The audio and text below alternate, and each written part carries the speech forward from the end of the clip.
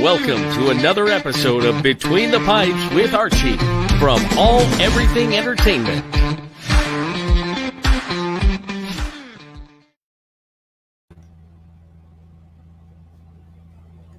What's up, guys, and welcome to another episode of Between the Pipes. We've got a lot to talk about tonight. I've got a lot set up for conversation. Daniel will be hopefully joining me. If not, I'm going solo again, and I will rely on my fellow guests to hopefully join in the conversation to make things interesting. So, with that being said, we do have Game 4 scheduled tonight at 8 o'clock between Tampa and Dallas. So far, it's been a really nice series to watch. We've seen some good hockey, some excellent hockey. We've seen a return, a much-anticipated return that was not really a permanent one, but I guess we'll see what happens tonight. He's definitely not in the lineup for anybody wondering. Steven Stamkos has officially been ruled out of tonight, but he is not ruled out of the series. So still a shot. We'll see what happens. So as we're going throughout the night, the game will start 8 o'clock, so I can kind of give some analysis on the game once it starts. But yeah, welcome to episode 9, and we will jump right into Steven Stamkos. So as it says, he returns, sort of, but what a return. He had 1 goal on 1 shot on net, played a total of 5 shifts for a total of 2 minutes and 47 seconds of ice time. Effective. I actually watched a clip that showed each and every single one of his shifts. And he did something, hockey play on every single shift. His 5th shift was the one where some people said it appeared he looked a little uncomfortable. The puck got shot around the boards, and he kind of got caught between 2 Dallas players, looked a little confused, was looking down at his feet, didn't know whether he was going to turn left, turn right. And that was it. That was his last shift. So now he didn't look like he got hurt on the play, but maybe tweet something might have happened, but they basically indicated that he will not be in tonight. Again, has not been ruled out for the entire series, but I think it was a good boost. I mean, he looked like vintage Steven Stamkos coming down the wing, scoring that goal to give Tampa the 2-0 lead in Game 3. So hopefully it'll be some sort of a boost. We know Tampa can win without him. I think it was a nice little fire that he may have lit, got them back into the series, gave them the lead. So they're up 2-1. Tonight they have a chance to go up 3-1. And if they go up 3-1, Tampa's winning the Cup. There's no way Dallas is going to beat them 3 straight. Regardless of how good Dallas has been, Tampa Bay, ever since I said after Game 2, they've been playing that same style of hockey in the third period with crazy shots on net. They're throwing everything they can at Khudobin. And the last game, the final score, 5-2, they pretty much dominated the game for the most part. They played great. They really played a really good game. So it's exciting to see the Tampa Bay that we saw early on in the playoffs. And I think up 2-1, if they win tonight, they're winning the Cup. Sorry, Dallas fans. It's just the way it is. So will he play again? I'm going to say if they win tonight 3-1, I think he might. He might make an appearance to try to be on the ice, and give them a shot to win the Cup. I feel like that'd be a hell of a send-off because I'm still sticking with I don't think we will see Steven Stamkos in a Tampa Bay jersey beyond this season, beyond these playoffs, or even possibly skating on the ice.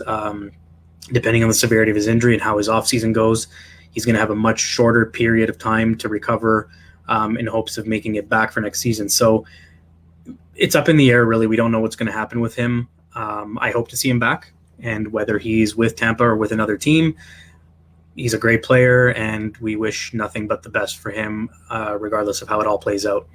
So who wins the Cup? At this point, I'm still sticking with Tampa Bay in 7. Daniel had last said Stars in 6. It may not go 7 games because I honestly feel that if Tampa wins tonight, there's no way the series is going to 7. It'll go to 6 max. That's just my opinion. I may be wrong, but that's where I'm sticking. That's what I think is going to happen. I honestly think, again, 3-1, they're taking this cup, they're going to win it, and see you later. Our president, hello, thank you for joining us, and thank you for your hello comment there. We will continue on as we go through. I will get to the comments as well, trying to keep the conversation flowing. Free agent frenzy. So we know that starts on October 9th. And I think, as I've reiterated several times now, this is going to be the busiest offseason we've seen yet. More names keep coming up, more goalies specifically, which is interesting. There's going to be a lot of goalies being moved, I think. A lot of moving parts with regards to teams trying to free up cap space, trying to either lock in a big term name or a big term player on a contract, or rid themselves of what some are now calling bad contracts because of the cap issues that we're seeing. So a couple of big names have been thrown out there already, with a few more being added this week. So as such, we'll go into, I guess, a trade tracker. I'll discuss some of the trades that have already happened, some interesting ones, some not so interesting ones, and a few rumors that I've been hearing. So we'll get started with, I'm not going to talk about the Leafs and the Kapanen move. We already touched base on that one and kind of dissected the whole trade. So we'll go back to the most recent being yesterday. So this was kind of rumored to be happening between Florida and Pittsburgh, and then it kind of got finalized late in the evening, I believe, and then official word was basically let out today. Patrick Hornqvist is leaving Pittsburgh, headed to Florida in exchange for Mike Matheson and Colton Sevier. I spoke to a friend of mine who's a huge Panthers fan, and he says this is a great deal. He's really excited about it. He's happy to know that the dressing room problem in Matheson is gone. He wasn't too excited about Sevier leaving, but he is very excited about having Hornqvist join the team.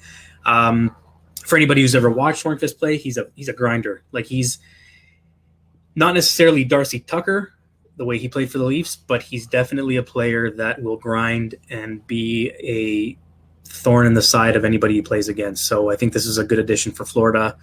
It kind of toughens them up a little bit, and I think adds a little more grit to the team.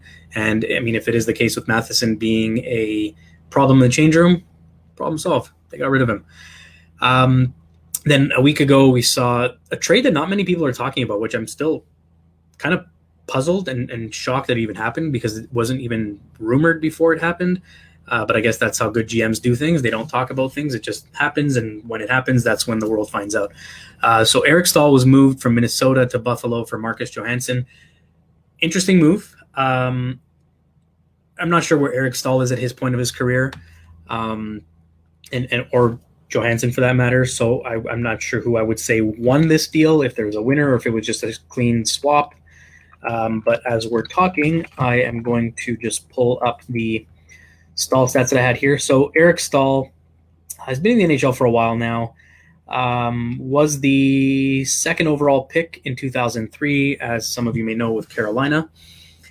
And he played most of his career so far with the Hurricanes, but the last 4 seasons were with Minnesota. And he's been pretty consistent with playing full seasons, which is huge. Because prior to that, he hadn't played a full season since 2011. So he's been healthy. He's been aging well. And this past season, he was at, after 66 games played, he had 47 points. He was a -9, but I mean, he had 19 goals, 28 assists. Not bad. The prior season, he was probably going to smash that number this year, because previously he had played 81 games, had 22 goals, 52 points. And prior to that, had a hell of a season, 42 goals, 76 points in 82 games. So his numbers are up there. Like, he's still playing really well. In fact, he's playing some of the best hockey of his career right now. So if that continues to roll into Buffalo, look for some noise out of Buffalo. I mean, Buffalo's been a team that's been rebuilding slowly but surely. They seem to be making some moves that are putting them in the right position. I mean, they still got Jack Eichel there, and they've got quite a bit of young talent as well. So I feel like this is a move to bring a little bit more of a veteran presence to the team who can still play. He's not that old guy that you're just going to throw on to kind of boost some confidence. He's still got skill. He's got the ability to play. He can score goals. He can still finish plays. So I think this is a really great move for Buffalo. who's definitely sped up their game. They're a much quicker team as well. And in that same breath, we are going to talk about Marcus Johansson, who was moved in exchange and is heading over to Minnesota. So he played just this past season with Buffalo, 60 games played, 30 points, 9 goals. He was a minus 12. Can't really blame anybody for being a minus in Buffalo last season. They had a bit of a hard time. Again, they're in a rebuild, so they allowed a lot of goals. But now that I look at these numbers, man, Buffalo cleaned up in that deal because there was no other parts of this transaction. It was straight player for player. I would assume there was a salary, obviously a salary shaving in this case, so this may have been a salary move for Minnesota, which is very likely what it was. But Buffalo wins this hands down with regards to looking at player stats and player capabilities, getting Eric Staal in their lineup. So I'm giving this one to Buffalo. A couple days before that, we saw Montreal pick up Joel Edmondson from Carolina in exchange for a 5th-round pick in the upcoming draft. I don't follow Montreal. I don't care to know anything about Montreal. However, as some of you may know, Igor, who has tuned in a few times in the past episodes, tells me his brother, who's also a Habs fan, said he was really excited about this transaction. And just looking at the player in Edmondson, he was 46th overall in the second round in the 2011 draft by St. Louis. He played 4 seasons with the Blues. Nothing crazy. I mean, he's a defenseman, left-handed, which are hard to find in the NHL, so this is obviously something they were looking for. He's only 27 right now. He's 6 foot, 215, big boy. Last year, or this past season with Carolina, he played 68 games, had 20 points. He was a +7 and 72 penalty minutes. So, I mean, this adds a little bit of grit to Montreal, who's already somewhat of a gritty team. So, adding that left-handed defenseman who seems to be on the ice when they score goals and not when they're scored on. So, I mean, it's a great pickup for them, and it cost them – it's a 5th-round pick in this year's draft. Not too bad. I'd say Montreal won this deal. Carolina's in a position where they can afford to make these moves, I guess, and Montreal's looking to solidify the grounds in front of Carey Price, who unfortunately sees way too much action, way too many pucks heading in his direction. So hopefully adding a defenseman of this caliber, not that he's, high caliber top 2 defenseman, but he's a D-man, he's a left-handed shot, can take penalties, hopefully not stupid ones, but in this case I think this might be a good pickup for them as they look to get stronger at the blue line. Prior to that, Minnesota was busy again. They picked up Nick Bjugstad from Pittsburgh, who has also been busy, in exchange for a conditional 2021 pick. Not sure of the stipulations around that condition. Usually it's something along the lines of if he resigns or if the team makes the playoffs or whatever the case may be. They pick up Bjugstad, and just to get an idea as to where he stood stats-wise, he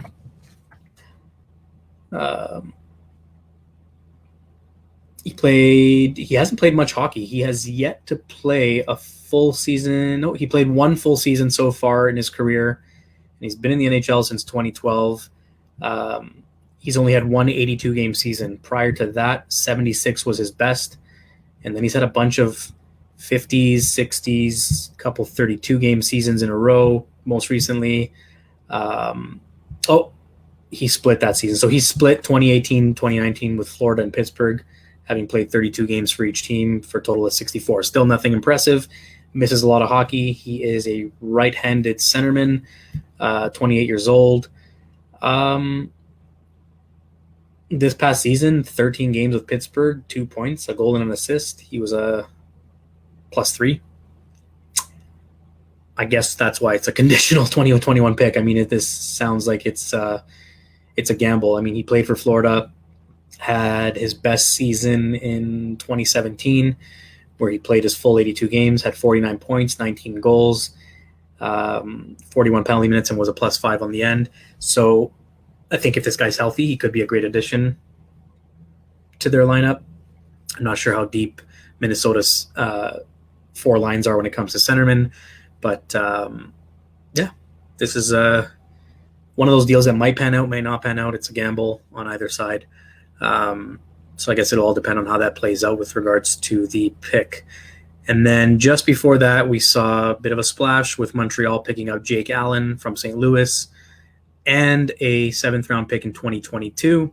Heading the other way to St. Louis in exchange for Allen and that pick are these 3rd and 7th round picks from Montreal in the upcoming 2020 draft. Now, that's 3 picks in 2020 that Montreal has now traded. So they traded their 3rd and 7th for Allen, and they traded their 5th for Joel Edmondson. So looks like they're not looking to draft or build within the draft. It looks like they're just looking to get the missing pieces they need through trades, which is totally fine.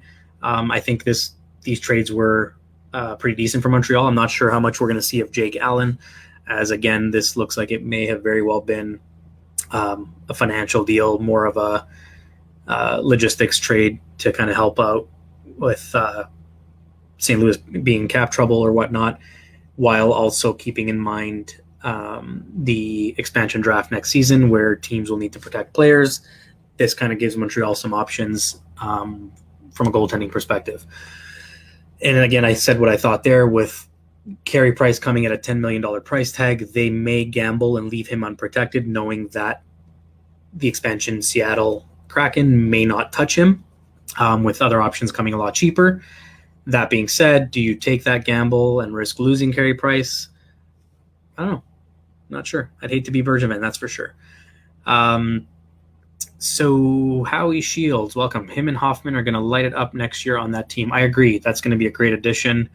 And I think it was a great move, and it'll be fun to see them play together and see how things pan out on that side. So again, thank you for the input. And I agree 100%. They're going to change that team around quite a bit. So Florida's looking pretty good.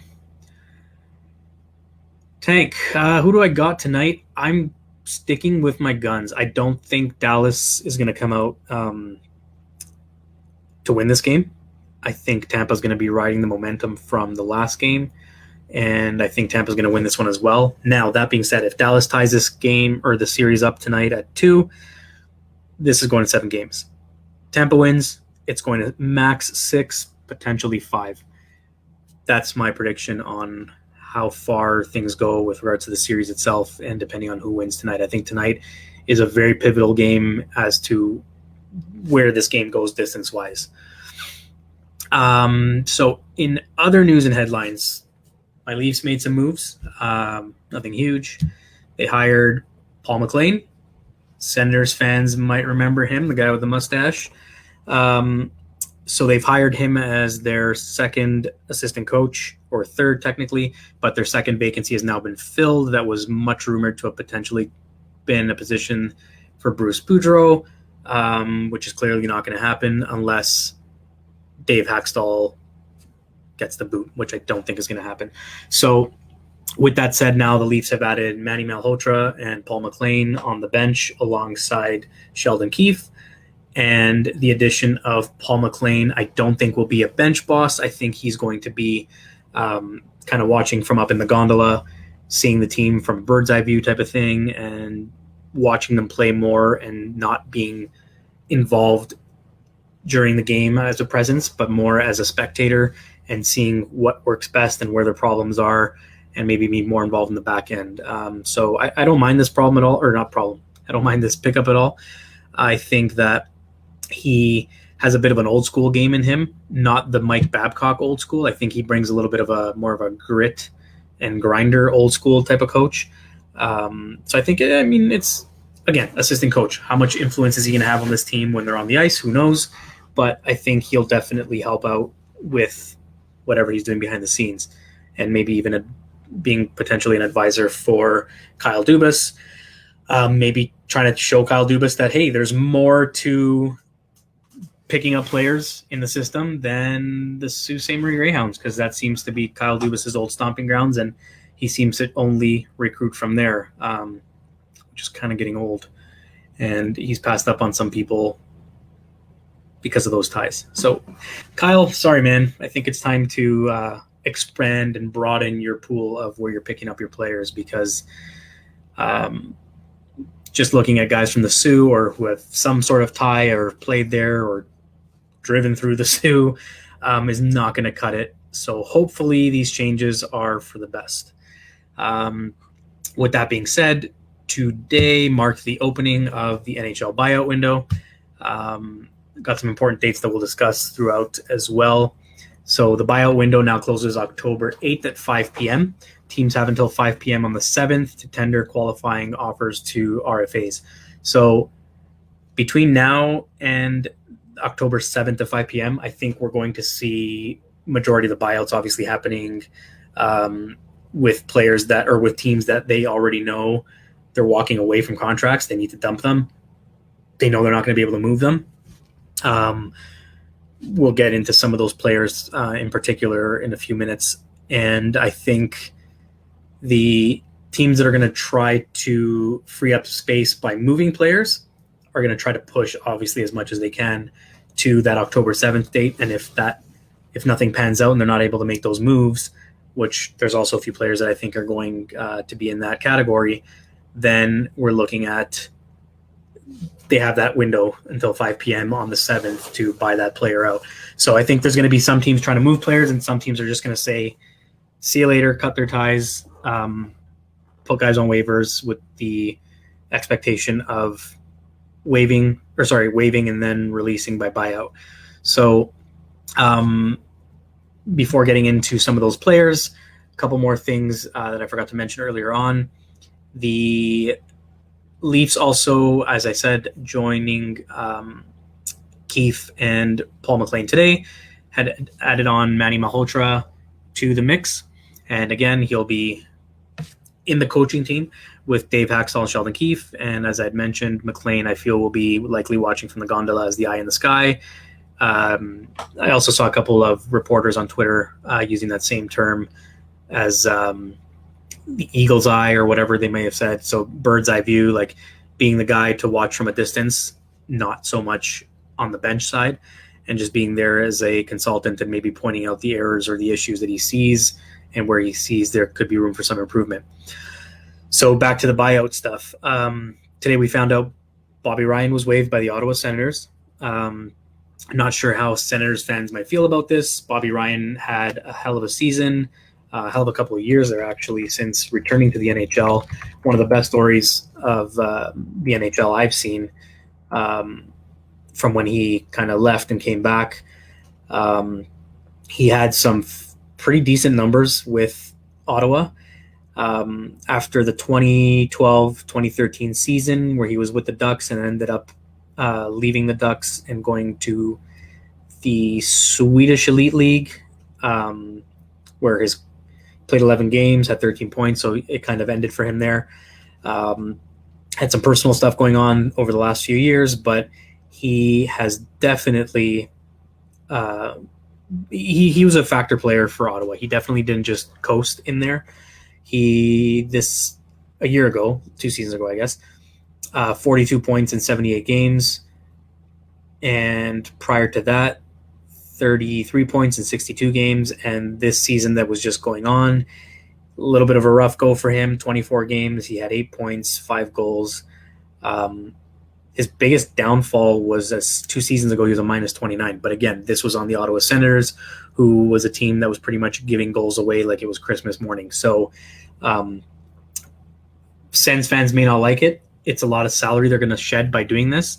In fact, they've waived him with the intention of him being bought out of his remaining 2 seasons, which carry $7.5 million cap hits. So for Ottawa, this is strictly a cap move. They're not wasting any time. They know that, they've got to build a team, and Bobby Ryan isn't going to win them a Stanley Cup in the next 2 years. So makes sense for them to get rid of him. Nobody's going to take on that contract. So they buy him out, exercise the buyout clause, and he becomes available. So where he ends up, who knows? He's been in the NHL for a while. His career started played in 2007 for the Ducks. I mean, he's been around for a long time. Hopefully, the guy is 33 years old. Hopefully, he finds a team looking for veteran presence that he can help. Because, I mean, we saw that he can still play, he can still score goals, and he can definitely help out with the young guys on the team. So we will see, I'd say, in the next couple of weeks, obviously, what happens once he's bought out. He's more than likely going to clear waivers. I don't think anybody's going to pick him up. And we see where he ends up after that. The other person, Marc-Andre Fleury.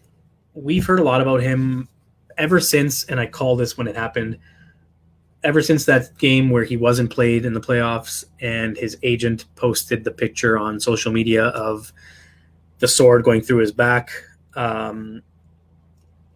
That pretty much to me was the end of his stay in Vegas. He made his agent take it down, or so that's how the story went. But regardless, it was up long enough for pretty much the entire hockey world to see. And even after he took it down, several people still had that image who took screenshots, myself included, and shared it across other methods of social media. So it was a clear indicator that he wasn't happy, the agent wasn't happy, and Marc-Andre Fleury, I think, has played his last game as a Vegas Golden Knight in this playoffs that just passed. Now, this poses the question, could he potentially be bought out if they can't move him? I'm hearing that, and there's several people now who've been talking, he would love to have the chance to return to Pittsburgh.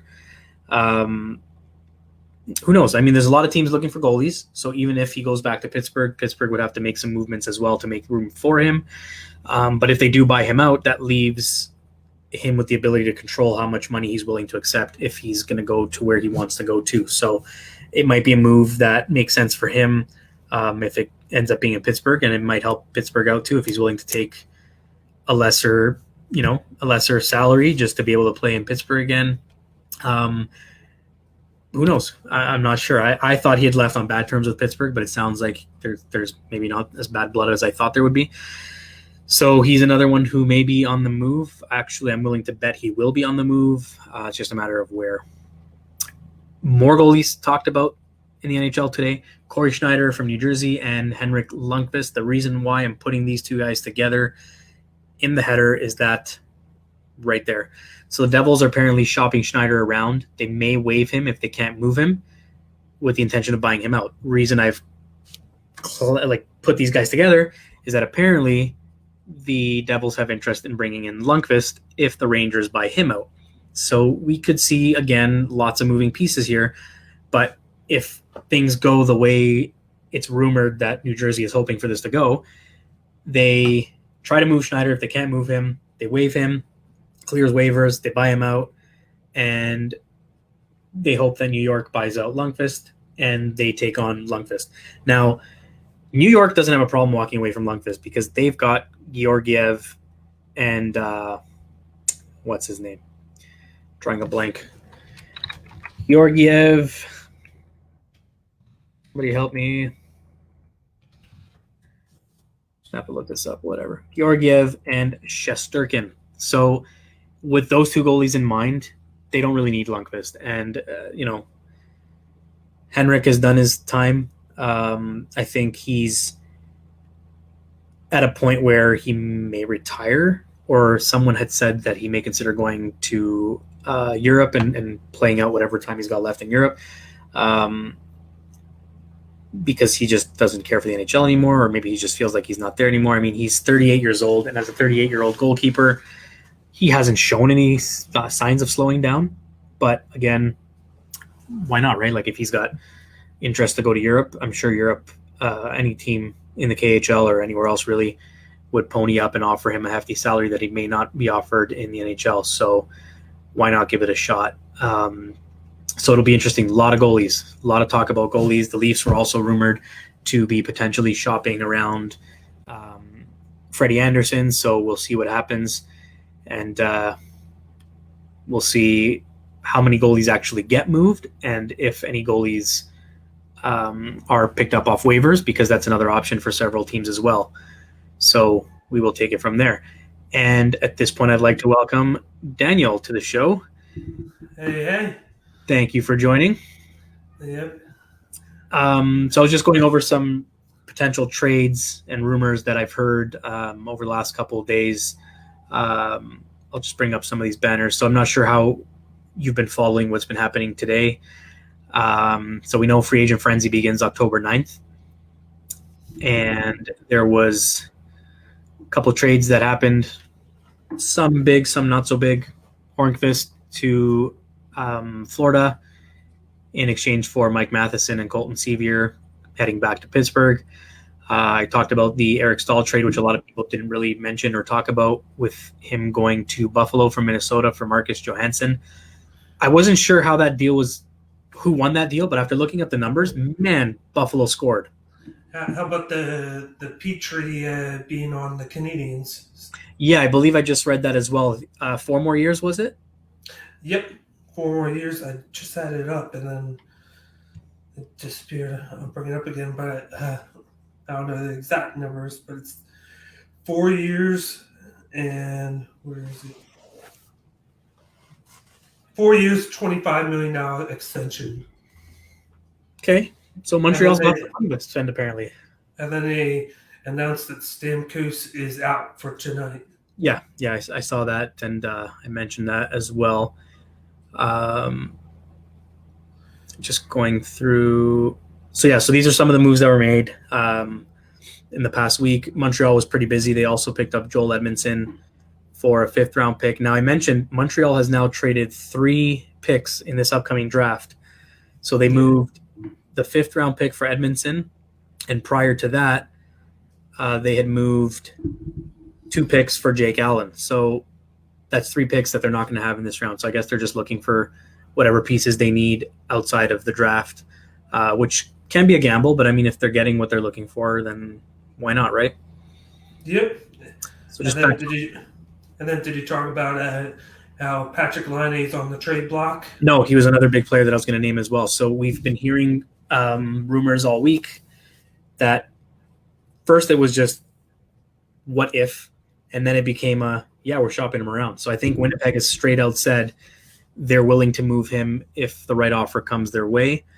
I suggested a trade to you where I think I don't like Laine when it comes to Laine versus Matthews. I don't like how he came out thinking, he came out and flat out said the Leafs made the wrong pick. Personally, I'm happier with Austin Matthews. He does have an argument. I'm not saying it's right, but he has an argument. His numbers were good. I'm not going to say that they're not. But right now, if you look at from then till now, I feel like Austin Matthews was definitely the right choice for the Leafs. Now, that being said, my trade, I think, is a fantastic move. You say I'm crazy, but I say they do it. And so what I'm suggesting, and I will tell people because I share this with you over a message. So I had suggested that and people are going to say I'm crazy because I know that there's a lot of Leaf fans watching potentially over the next couple hours that are going to say I'm nuts. I can't find where I sent you that message though.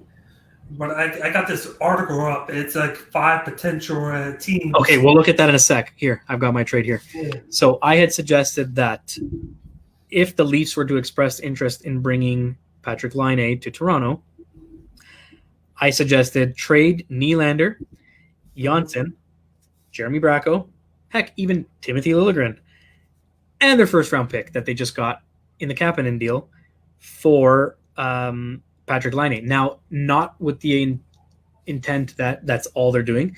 That also clears cap space so that they can chase Pietrangelo in free agency and sign him. I'm crazy, but that's my Christmas wish, is that the Leafs are able to sign Alex Pietrangelo through free agency, and if they can add Patrick Laine, can you imagine Laine and Matthews together? Come on. It would be the one thing though is they would need to get Pietrangelo because they need defense. Yes, that would be the priority. That would definitely be the priority for Toronto. They need defense. It'll be like defense 1, Laine like 2, maybe 3. Well, I mean, again, Laine might come at a hefty price tag, so that's. Yeah. I thought my expectations were, yes, Winnipeg's going to want a lot for him, and I think that package I put together is something to think about. Some might think I'm crazy, so it doesn't matter what I have to say. But what are your potential deals you've got there? they have this article that it's 5 teams, and then it shows a deal from each team. Number 1 is the Colorado Avalanche. Oh my goodness! If he ends up in Colorado, it's Patrick Laine for Ryan Graves, Connor Timmins, and Tyson Yost. ooh, Number 2 team is the Hurricanes. It's Laine for Vincent Trocheck and Brett Pesce. That's a big one. That's a big move. Number 3 is the Blue Jackets. It's a Laine for David Savard, Josh Anderson, and a 2021 third-round pick. Team 4 is the Devils. It's Patrick Laine for Damon Severson, Pavel Zacha, and a 2020 first-round pick via Vancouver. And the last team is the Minnesota Wild. It would be Laine and a second-round pick for Matt Dumba, Joel Eriksson Ek, and a 2021 conditional first-round pick from it doesn't show who it's from, but it's from a team that they got a pick from. So, wow, those are some pretty good packages. But why is mine not on there? No, that Colorado one is interesting. yeah. If Patrick Laine ends up in Colorado, I am putting money down on future bets that Colorado wins the Stanley Cup next year. That would be huge if they land Patrick Laine. Oh yeah, Massive. You could slot him on the second line because I still think that they would keep the first line. Yeah, you wouldn't touch that first line. And then he'd be the guy in the second line, and then just make you stronger. Yeah, that's pretty big, man. Yeah, the rich get richer. That's what it'd be. Wow. And then I don't know if you have anything else pulled up with regards to what's happening right now and the other stories. Gary Bettman mentioned the other day that he was very happy with the bubble cities, extremely excited and happy to announce that I would say the NHL probably ran the best return to play plan among all the leagues. The NBA was a close second behind, but the NBA's also had a lot of issues with crowd control and keeping people out. There's been a lot of social media being posted of I don't want to get anybody in trouble, but there was a post that I saw yesterday of what appeared to be potentially a companion who was snuck in by somebody who paid her $7,000 to be there in the bubble, and she posted videos that showed proof she was in an NBA player's hotel room, and she even went as far as saying he paid me $7,000 to be here, and she was bragging about the open bar and the little bar fridge and having all that. So that kind of puts a little bit of a damper on them. And there were a couple of issues with players leaving the bubble there and some people getting sick and testing positive, but the NHL has done a really good job. That being said, Gary Bettman said there had been over 32,000 tests administered in the bubbles. However, he hopes that next season comes back where everybody's playing in their own stadium, so there's no more bubble. So I don't know how far that goes, but he also mentioned that he'd rather play each team in their own arena without fans and gradually reintroduce fans rather than bubble cities and players being away from their families for so long throughout the season. So I can see where he's going with that, because asking the players to make such a commitment during the playoffs is one thing. To ask of that for 82 games in a season pretty much takes them away from their families for a whole year. We're probably going to see a lot of people walking out similar to Tuukka Rask. So I don't think he wants that happening, especially with next year hopefully coming close to being a full return to regular hockey. So I think that's what he's aiming for. And here's another rumor, and of course it's centered around the Penguins again. They are actively shopping Letang. He's on the market right now, and they're calling teams, and teams are calling them. So Chris Letang has been rumored to be traded several times in the last few years. And I'm not sure, like, if you want to quickly pull up his stats, like, I'm not sure what what sort of value he carries or what he brings now and how much money he's making. I'll pull up his salary stuff here.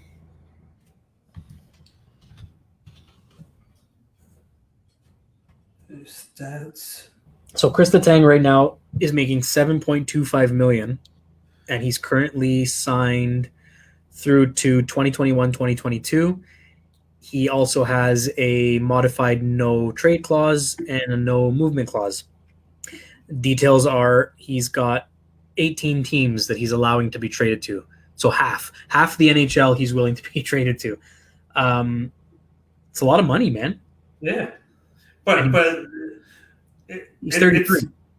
It's for a team that needs a playmaker that can set up their goal scorer on a team like say Buffalo. You got a guy on there that needs playmakers. Why doesn't Buffalo go and just be like, hey, we want him. We need a guy for a young superstar that doesn't have that much help. Bring Letang in, he sets him up all the time, and it gives them like a decent one or two lines that they have on there. Considering they always get off to hot starts, and then a guy gets hurt, and then they fall off. He's that veteran that you can have right there that you could use, and he plays defense. So, not saying he's the best defender. Defenseman, but he's serviceable for a team like Buffalo where it can change their team. And then he usually, at the time, can run the point on power play for them from the back. So, and he's also a right shot defenseman. I know that there's a lack of left-handed D-men that I know a lot of teams are looking for. So just looking at his this past season, he was at, he's still putting up some good numbers, some decent numbers. 61 games played, he had 44 points, 15 of which were goals. Not bad at all. Yeah. Had a rough playoff go, 4 games, nothing across the board, and he was a -2 with 12 shots. But again, I wouldn't hold any players accountable for this year's playoffs just because we've seen players shine, which has been fantastic, but we've seen players who would typically outperform others not necessarily have the playoffs that you would have expected them to have during a regular season. So I don't think too many players can be held accountable for that. As I'm sharing our feed right now to a couple of groups, and as I'm going through, I find a post right now. Mitch Marner to Ottawa for the 3rd and 5th round pick. That's what someone's suggesting. Wait, for the 3rd and 5th overall? For Ottawa's 3rd and 5th first round picks in this year's draft. Okay. I was about to say, I was like 3rd and 5th round pick. I was like, sorry, first round, 3rd and 5th pick. There was also a thing on Twitter. It was like, can you guess who's the most tenured Ottawa Senators player on their team now? I don't even know. Is it Colin Smith or Colin White? I believe it's Colin White. Now, that being said, yes. Craig Anderson is technically still a Senator, but he's another one. 155 games is what it says. Yeah, that team's been blown up. That team needs a lot to but I don't blame them for blowing them up because they needed it, and then now they have the 3rd and 5th overall pick, and they can get 2 really good studs. That's why I said, like, if you were a Leafs fan, knowing that you have the first, like, say you actually got the 1st overall pick, I said this a couple shows ago, you would have had to entertain the idea, Lafreniere is that good of a player, but when you have a big needed defenseman, maybe you would have shopped that and see what you could have got, and then maybe see if, like, a team like Ottawa would have traded you the 3rd and 5th overall pick for them, knowing that they won't need to jolt that franchise. I don't know, man. I know it's a deep draft, but I think if the Leafs made a move like that, I don't know. I don't know how I'd take that. It might lead me to a bar and down a very dark path in life. I don't know if it's they'd be gonna okay with Mitch Marner being moved. You're going to be there anyway with how your defense is. So No, we're not, because the Leafs are going to sign Alex Pietrangelo. It's gonna happen one way or another. They will. So touching base again on Ottawa, Craig Anderson will not be back. This was announced by the team. He's been a Senator for a very long time, and they've made it clear that he will not be returning. So that's another goalie. There is an incredible amount of goalies that are going to be looking for work. He's no Hamburglar, but he's Anderson. Yep, and it'll be interesting to see which goalie starts the domino effect, because I think once one gets picked up, it's going to start a trickle effect as to who's left and who's making the most money. And I think out of all the goalies, I want to say Braden Holtby and Marc-Andre Fleury are probably going to be the big money makers out of the goalies that are going to be available. And just pulling up right now. Apparently, the Coyotes are shopping David Camper. Really? So there's another one. It says the Coyotes are right to see if they can get more for Camper. He's been one of the best goalies in the NHL for a couple of seasons now. And then there's also Markstrom from Vancouver, who's another one who may be on the go. Wenberg on the Blue Jackets. They said he is on the block. So it sounds like a lot of teams right now are not even looking at who's being moved. Yeah. I think they're looking more at what they're moving. They're looking at contract structure. They're looking at what makes the most sense to shed cap space for teams that are restricted with cap space, or for teams that are looking to make some moves that don't have the money right now. So Taylor Hall was another one. The guy's making $6 million. He's in Arizona. Where does he end up? You know what I mean? Like there's. I feel like a lot of these players are going to be taking pay cuts. And for a player like that, that's a pretty good contract. You're not paying him a lot, but he has the potential to produce like a star. Like it was just last year that he had over 100 points on both the Devils and just the Devils. And then he got traded this year to the Coyotes, and he did pretty decent with Phil Kessel over there. Yeah, he had 66 games played, 52 points. Not bad. Yeah, no. And if you prorate that for a whole season. Although what's crazy is in looking at this list, I'm looking at Alex Pietrangelo, who's a defenseman, played 5 more games and also had 16 goals, 52 points. And he's a defenseman, so you would expect Taylor Hall to be doing a little better than what he did based on who he is. You know what I mean? Like Taylor Hall is not some schmuck they picked up from a beer league. Like he's a good player. Yeah. So I think he's had he comes across to me as a whiner. I don't know. I look at him and I always see a baby every time I see him. But just in looking at the top 75 UFAs right now, Jacob Markstrom, goalie, he's in there. Robin Lehner, goalie, probably re-signing in Vegas. Anton Khudobin, he's getting paid.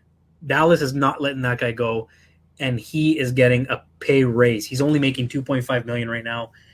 That guy's getting a payday, although he's 33 years old.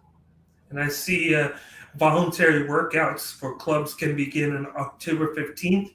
They said protocols include maximum of 12 players on the ice at the same time. For the upcoming season. Yes. So they got a thing in place just for so when the season's done in a few weeks, they can get started with the new season training. So these two teams are playing, and then in a couple weeks they're going to start. It gets started. Nice. They're going to have no time basically to rest before they get started on training for the new season, which in reality they won't need to, but I'm sure it'll be like light for those teams. So get this. Out of the top 75 UFAs, 10 are goaltenders. So we got Jacob Markstrom, Robin Lehner, Anton Khudobin, Braden Holtby, Corey Crawford, Thomas Greiss with the Islanders, Cam Talbot, Mike Smith, Ryan Miller, Brian Elliott, and Craig Anderson. And that's not including Marc-Andre Fleury, who will likely be bought out. And for the first time ever, the Flyers won't need one. Woo! Well, unless they trade Carter Hart. I'd take him in Toronto. We'll take like 5 first-round picks. Sounds good to me. We'll give you Nylander. You can have him. We'll take 4 first-rounders and Austin Matthews. The Leafs don't have any first-rounders until I think like 2029. They've got the one this year at 13. I don't know if you want that. Were you the LA Rams now? Don't got any first-rounders until... No, man. Leafs are notorious. They piss away those first-round picks like it's nothing. I'm surprised they managed to get one out of Pittsburgh in that Kapanen deal, so it didn't work out too bad. I'm wondering what happens with Bobby Ryan, considering I'm going to keep an eye out on the local news since he's in this area, only fucking 20 minutes down the road from where I live. So they'll probably have a lot of talk on him in the next day or so. Yeah, so I kind of touched base on that earlier. So they've waived him with the intention of buying him out. He's got a $7.5 million hit over the next 2 seasons. So he's going to be bought out. Where he ends up, I don't know. He wasn't having that great of a season with them this past. He got hurt, and then he came back later on. But prior to that, he had some great numbers. So I think he ends up on a team that, like we mentioned before, a team that needs that veteran player that can still play and doesn't slow the team down. Because, man, we saw some magic out of him in Ottawa. Not sure how the Sens fans will feel about him leaving, but I feel like he might end up on a team. Hey, maybe Colorado goes after him. Yeah, one of those teams in the top half that wants to add on, like that wants to get him for a good price because he's going to be got for a cheap amount than what he usually would have, and it's going to be like a 1 or 2 year prove it deal. Because I feel because he got bought out, a team's going to be like, you're going to have to prove yourself because teams don't think you have the full potential anymore, and it'll motivate him to go crazy and earn a contract, and then maybe he's only there for a year, and then he gets a contract elsewhere. But yeah, and then I'm also wondering, like, Stamkos, does he come back in Tampa Bay? Does he retire? If he does come back, is he staying with them, or will he be moved elsewhere? I don't think they can afford him, so they got no choice. So if he is able to play, I think he gets traded. So if he plays, or if he stays or finds a way to get healthy and find his game, I thought he played amazing in the 2 minutes and 37 seconds that he played. He looked like he didn't miss a beat, but unfortunately, whatever happened, whatever maybe tweaked, he didn't last long at all. So he was on the bench. He was there for support, but I hope he comes back healthy. And if he does, I'd be very curious to see where he ends up. Yeah, it'll be interesting where it goes. And I'm going to go and say he goes to Vegas. I think Vegas is going to be like, come here. We got a pretty good team, and you'll fit in nicely on our second line, and we'll put you with a guy like Carson or something, and then see what you got. Yeah, I mean, it's doable. I can see that happening. Vegas, yeah, I can see that happening. I think they may have the money to make it happen. Yeah. I'm not sure where. I think Ottawa's got money. Ottawa's got a lot of money to play with. I don't think he would go there though, because they're not in a position where he can, even think about smelling. Yeah, and technically, because of the buyout, he'll technically get bought out right away. He'll get that money, and then he'll be able to get a contract. Because sometimes the way those things work is if he was to get waived, the team would only, or released, he would still get paid by that team, and then he could only take a minimum wage deal from a team after that because you can't double dip. But because they're buying him out, he'll get the buyout, and he's not technically not making anything that year because he got bought out. So then he could get paid again. So now, in addition to him being moved, we got our guest of honor. The Sens definitely have cap space. Yes, they do. That's what I'm saying. Like, they've got a lot of money. Your Montreal Canadiens, however, are spending a lot, and they're giving away 3 picks already, buddy. So they don't have the money you thought they had anymore. Yeah. But they do have the young talent. Huh? What was that Petrie deal worth? 4 years? 4-year extension, $25 million. 25. So it's on top of the deal you already had. That move. I know you like Petrie. He definitely showed up for you guys in the playoffs. I'd like to hear how you feel about that deal he just got today. He cashed in. Now, another guy, the Leafs were looking at Pietrangelo as an option, or every Leaf fan hopes the Leafs were looking at Pietrangelo as an option. Dustin Byfuglien, he's still out there. It's still up in the air as to whether or not that guy plays another game in his career. I've been hearing rumors that supposedly Montreal may be interested in bringing him in, and I am scared if that happens because if Dustin Byfuglien goes to Montreal, their toughness level just went right here. So that can't happen.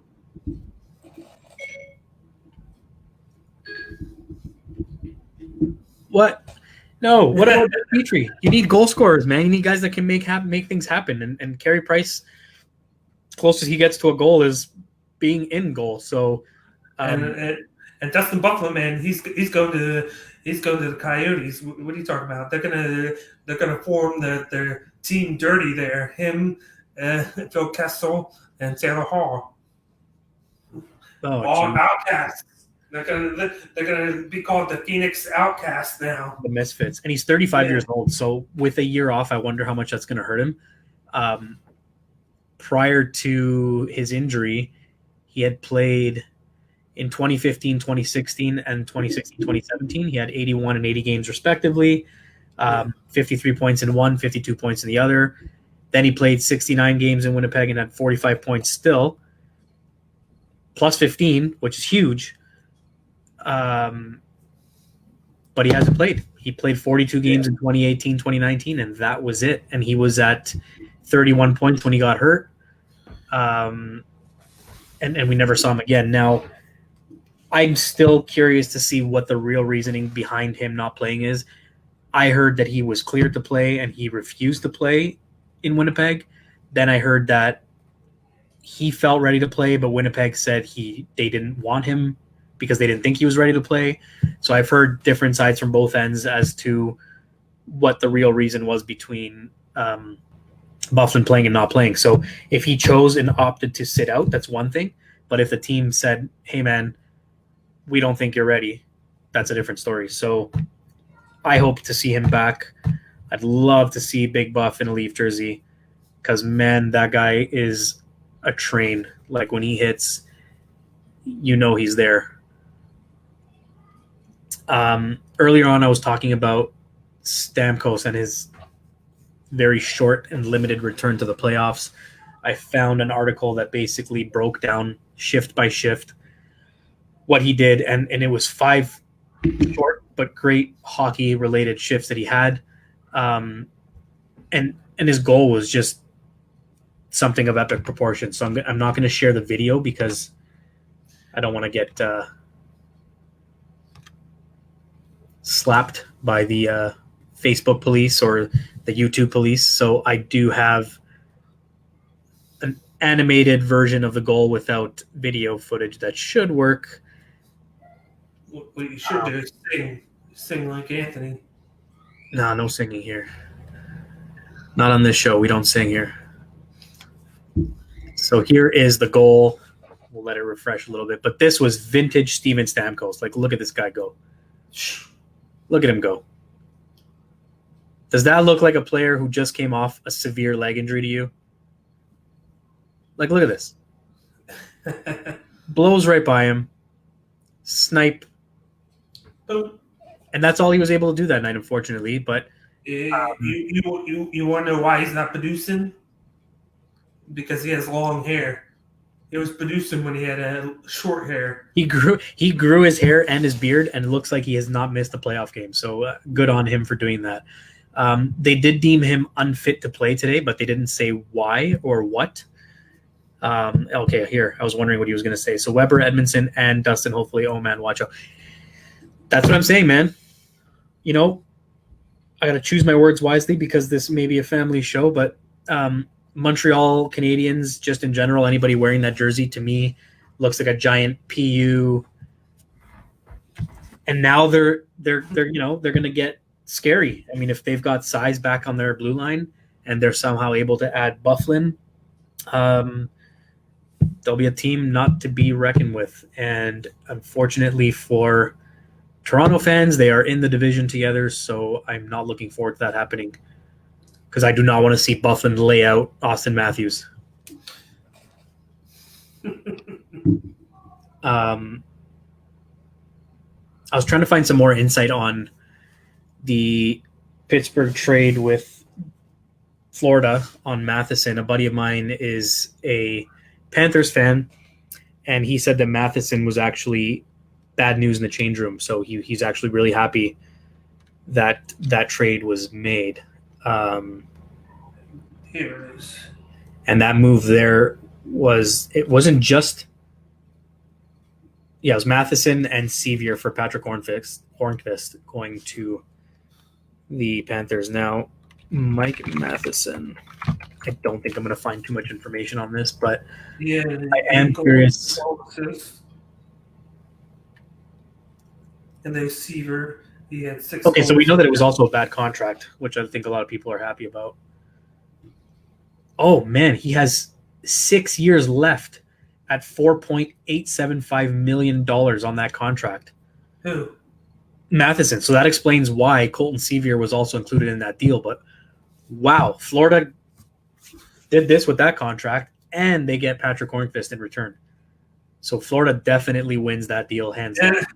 And it says there's no salary retained in the trade, meaning the Penguins are actually taking on about Full contract.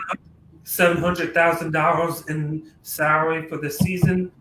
Hornqvist's contract pays him $5.3 million per season through 2022-2023, which is 2 more years. Matheson, meanwhile, is under contract for 6 more seasons at a salary of $4.875, and Skeever still has one more year left with $1.2 million. The holdup on trade on Wednesday was the Hornqvist contract, but they, of course, got through with that and were able to make the deal. And then you're looking at the breakdown of it right now. So earlier yesterday, I sent Igor a message of a picture that made me cringe a little bit. So I'm going to show you. Don't post Igor's last message yet. No. But I will say this is why I think they're shopping Chris Letang, because it says the Penguins already have a ton of money committed to the likes of Letang, Dumoulin, Pedersen, Jack Johnson, John Marino will also be due a raise. John Marino will also be due for a raise after next season, which maybe is why they're actually putting up Letang and for real this time.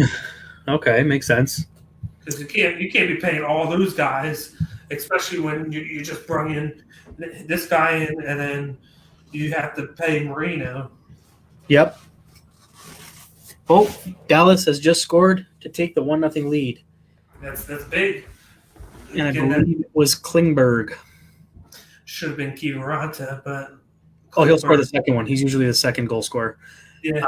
So earlier on, so this was the picture. I'm a huge Doug Gilmour fan.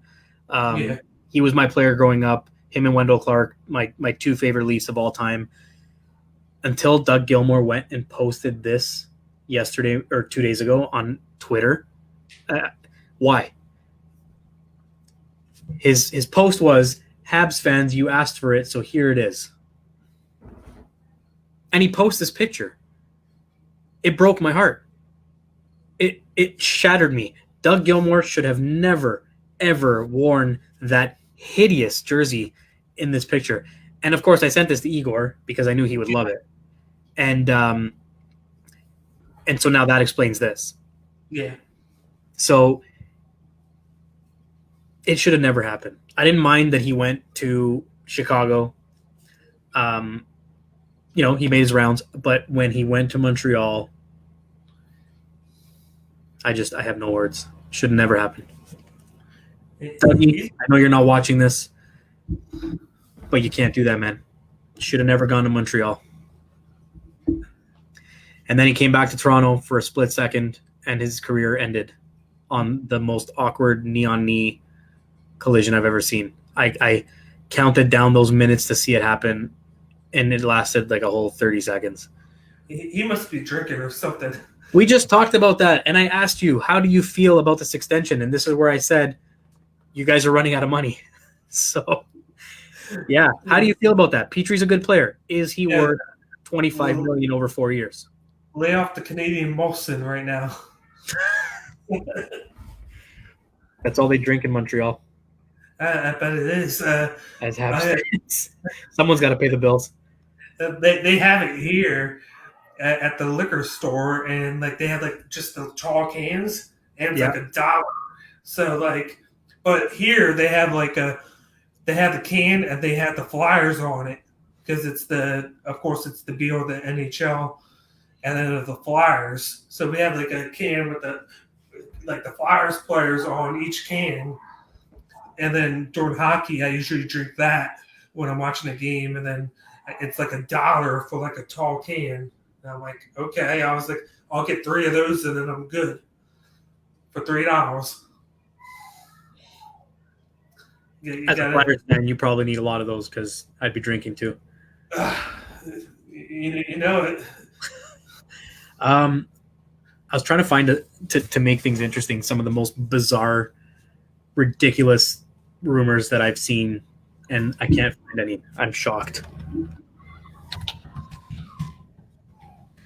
But I always love to hear some of the stuff that armchair GMs put together as to what they think are great trades. So I think I may have found some. No, this is from 2012. Why not? Let's watch this. This article was written in 2012. Let's see if any of this actually happened.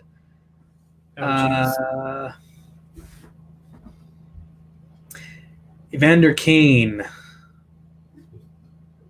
Where is Kane right now? He's Sharks. San Jose. Sam Gagner, Patrick Marleau. Oh, in 2012, they said Patrick Marleau would be a career Shark. Came to Toronto. Yep.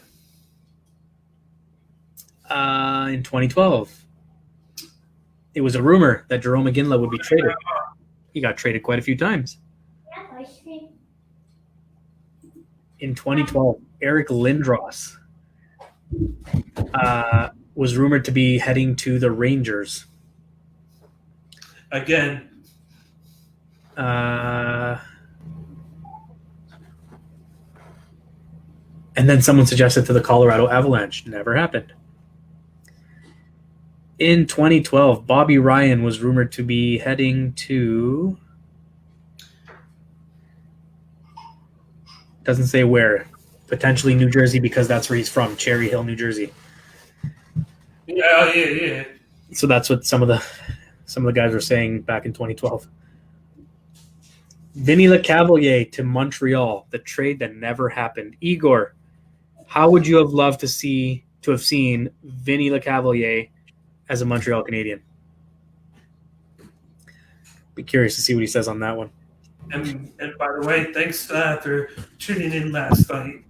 He came on last night halfway through and with comments and. Oh, right on. Yeah. Oh, look at this one. In 2012, Ryan Getzlaff to Toronto. That would have been pretty good in 2012.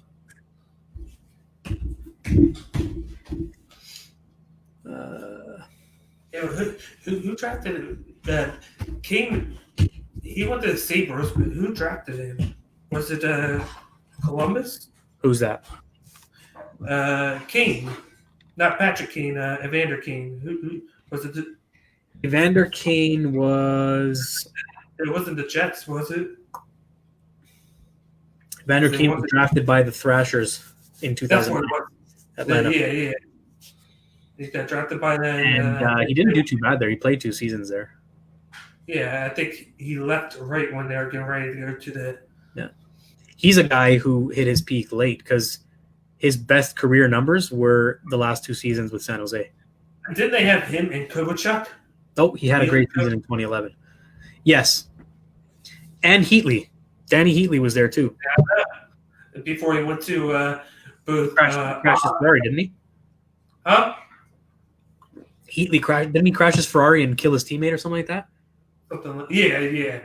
Because then he went to both Ottawa and then I think the Sharks.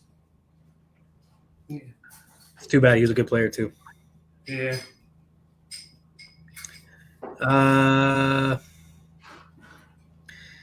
Igor, one can dispute the age. However, he's been consistent. I'm assuming he's talking about Petrie. Yes. So it's a lot of money for. I think I said he's 33. So we'll see how that pans out for the Scabs, the Habs. What else can we talk about here? Because I think there were some more players I heard. Oh, Alexander Ovechkin. How can I forget? Have you heard the stuff going on with that guy?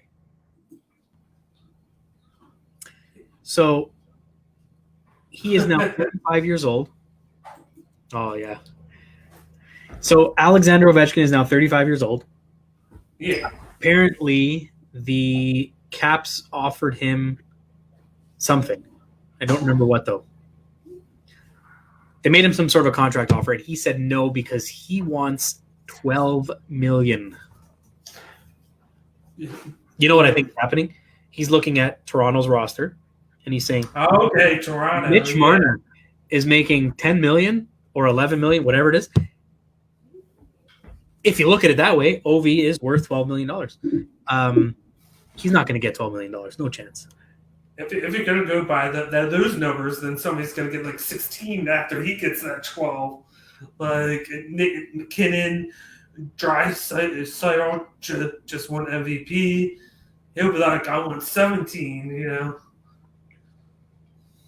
Now, just to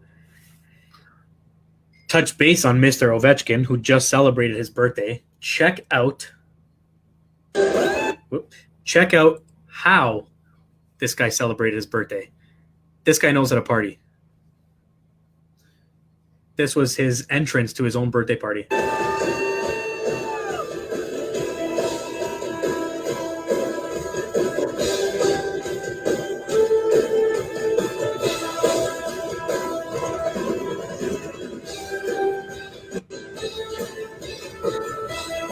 Look at this.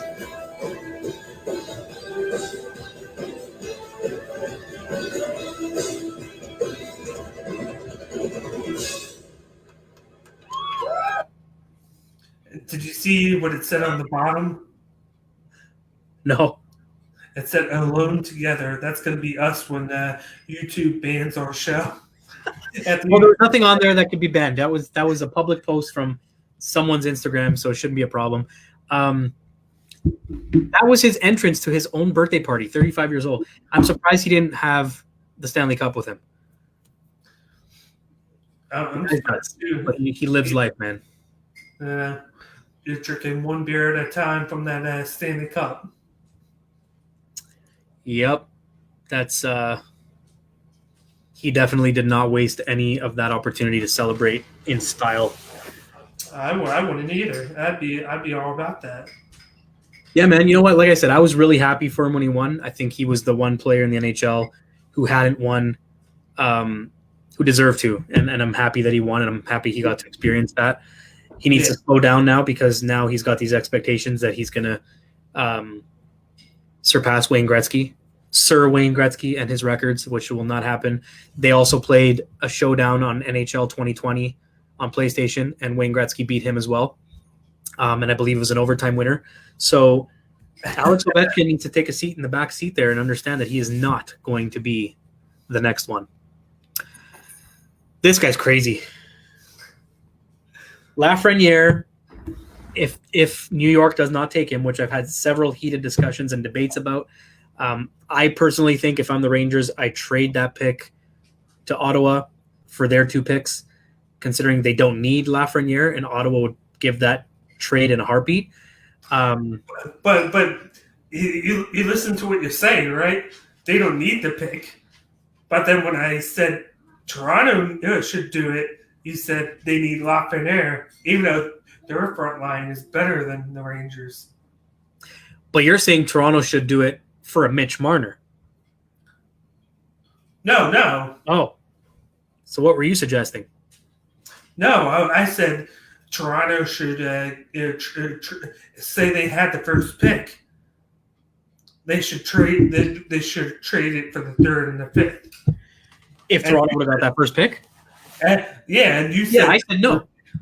I said no to that. Well, I said no to that because the Leafs don't need 2 picks in the first round. I feel like that the 2 picks in the first round would benefit a team that's looking to build from scratch with a little bit of money to play with. The Leafs don't have money to play with. So they have no choice but to try to seek the assistance of a Lafreniere who's NHL ready and who would come at a beautiful entry-level contract. But again, that's me dreaming because the Leafs they're never going to see Lafreniere in Toronto except for when he plays against them and scores a hat trick in his first game. I'll let you slide. That's my story. And that's what I'm sticking with. But see, you got the stress ball and everything. You see what being a Leafs fan does to you, buddy. It's been painful. Trust me, I know. Tampa Bay is out shooting Dallas 6-2, but is still down 1-0 and about to go on the power play. So I think they're going to tie that up now with 6 minutes left in the period. Let's see if I'm right. Yeah, we got some. That's right. Yeah, better late than never. I love seeing this from a fellow Russian. Oh, shit.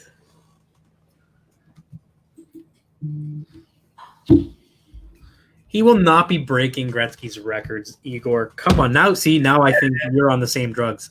And the best comment ever. Oh, take that off the screen. Off the screen. We do not talk about anybody's ground on this show. And when not next week, but when the week after, when me and Alex host RSH. Nobody knows what RSH is here. You're never going to get enough of it. You're never going to get enough of it. Nobody's going to know about it. That'll be the day that you are no longer on this show. Speaking of which. Igor, if you want to know about it, hit me in my DMs. I'll let you know about it. Speaking of which, next Friday may very well be, actually, I think it will be, no matter what, the end of the season show, because I believe by next Friday we should have a cup winner. Because we have game 4 or 5 scheduled back-to-back today and tomorrow, which is nuts. And then when they send me out there to do coverage of it,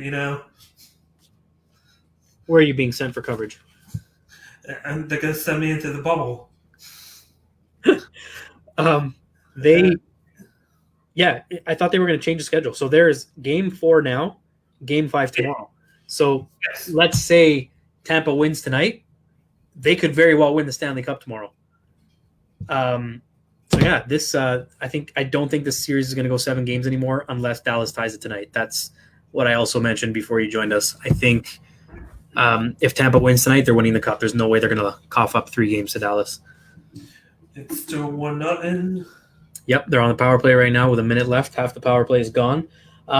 Over the next few weeks, as the season pretty much comes to an end over the next couple of days,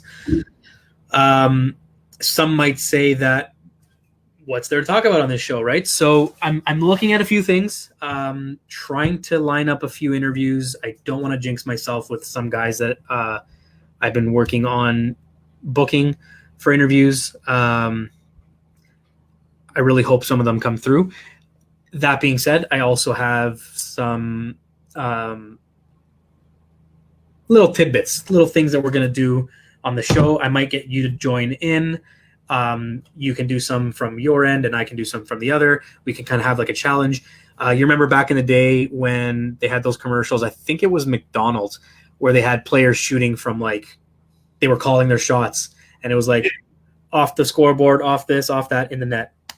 So I'm thinking maybe we could do some sort of a challenge, you and I, maybe if you got one of these or a puck or whatever, and we can do a water bottle challenge so you can knock the water bottle off a crossbar.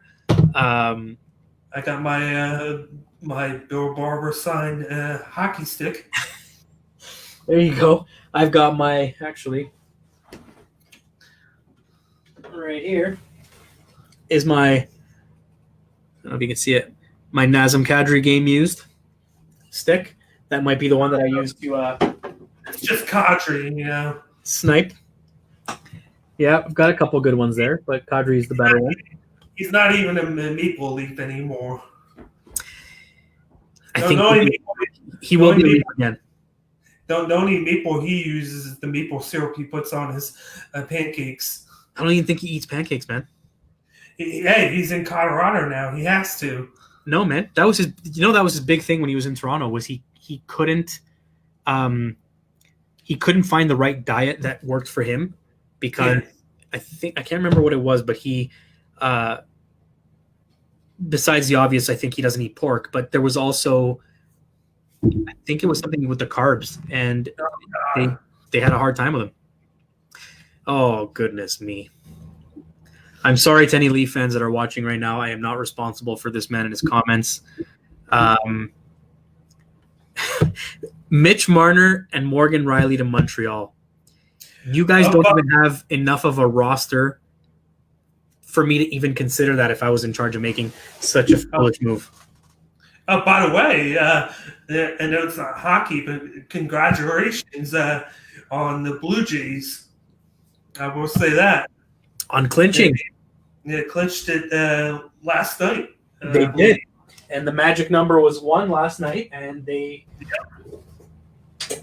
pulled it off. They beat the Yankees after having some interesting back and forth with the Yankees over the last couple of days. And my boy, Vladdy. Him and his 220 batting average. So right now, I believe as it sits, if they don't change their position in the standings, they'd be playing Tampa first round, which is not good. And it's a 3-game playoff. And that's who I'm watching on TV right now.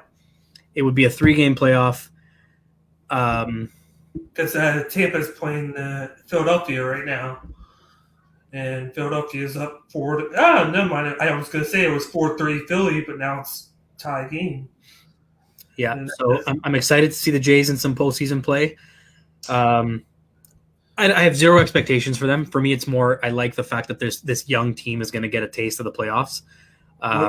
We'll talk about the Blue Jays. Who would have thought this Teoscar Hernandez would have such a good season? Teoscar Hernandez was a diamond in the rough, man. He played. I think he's been with them for a couple seasons now.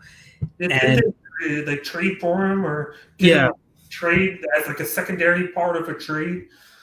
And he has 16 home runs. He came from Houston, I believe. Yes, that's what it was. And yeah, so he was part of a deal. The Astros traded Hernandez and Aoki to the Blue Jays for Francisco Liriano. Ooh, Dallas just made it 2-0. What a goal. Was that Pavelski? If it's Kiwi Ranta, I'm drinking. It's not Kiwi Ranta. It's not Pavel. Oh, it's Pavelski. It is even strength goal. Joe Pavelski, man, that guy's a monster. He's been incredible for them. and I'll drink to that. What a pass. Oh, my goodness. This is some exciting hockey. Anyway, so when the Jays got Hernandez, they assigned him to Buffalo's AAA team. They're a AAA affiliate. And he got called up. He got called up to the Jays and impressed from that moment. So he's been pretty good. He's been a great addition to the team. I like that they built this team out of a bunch of nobodies per se. Like there isn't a superstar, big name player other than their young talent. So it'll be nice for these guys to get a taste of playoff action. And it'd be even more impressive if they do better than the team they had a couple years ago that broke Toronto's hearts. Hey, Sam Adams, come sponsor us. I'll drink every day on the podcast if you sponsor us. For every time the words "stand your ground" are said, you have to kill a bottle. Shotgun. I'll do it. I will do it. Oh, that'd be crazy. No shame whatsoever. I will do it. Okay, so let's come up with something. Over the next couple of days, we should brainstorm a little bit, give our fans something to watch, Yeah. Come up with some trick shots, something crazy. Because once this playoffs are done, by the next show, we'll talk a lot about the Cup. And then clean break. Oh, my goodness. What a goal. Braden Point just scored a dirty breakaway goal. I gotta put this on. I hope you make it to see this replay. Wow. With 30 seconds left in the period. Are you watching? Yeah, it's turning the channel right now. Oh, man. He practically skated that puck right in. Oh! And just like that, 2-1 going into the second. It's a good thing they scored that one goal. Look at where he starts from, man. Behind his own net. It does the loop. He Yeah. took off. Wow. That is a hell of a pickup for them, man. And that it was that pass too. Yeah, the pass was perfect. Like he looked around, the pass went right to him, and he just used his speed. Did you know that Braden Point was a 79th overall pick in 2014? That hurts, man, that they found this guy that deep. Wow. Good for him. That was a beauty. So over the next couple of days, we'll put together some ideas. Maybe we'll do a poll, see what our viewers might think or anybody who reads our work online on AE to see what they have to say. Got a perfect patch to go over that blue leaf of yours. First off, it's a black and white sweater. This was Adidas' newly released line before the playoffs ended. I think it says 3-stripe hockey. No, knowing that this was it could be a family friendly podcast. I have a perfect one for the Canadians, but I don't want to say it, so. Yeah. Yeah, I'll give you a hint. It starts with a C and it rhymes with bunt. The C on the Montreal logo, that looks like a toilet seat, as many people have already said. Igor, you know what the best Montreal Canadiens logo was? And I'm going to pull it up just to prove a point here, if I can find it. I'll tell you exactly why it was the best one, and Igor's going to laugh when he sees this. This says a lot about Montreal, by the way. And it tells you just how much Montreal fans and the team itself wishes they could be more like Toronto. So I'll make this nice. What did he say? Tomorrow will officially be considered as a Brazilian day moving forward. What?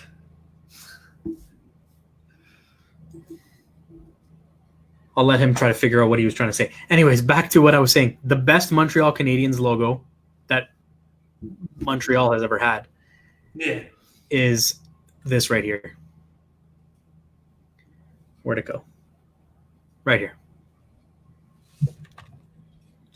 Igor, if you're looking, this was actually the Montreal Canadiens. Oh, okay. Okay, I get it. Took me a second to see what he was saying. Paulo What are we Costa. talking? What are we talking? Why are we talking MMA? Igor always likes to mix things up. As soon as he starts to see that nobody cares about his Habs, he goes right into MMA. Just so people see it again. Anyways, that logo that I just showed was the Montreal Canadiens logo in 1910, 1911. And you know what that was? A leaf in the background. It was a leaf that clearly resembled the Toronto Maple Leafs logo.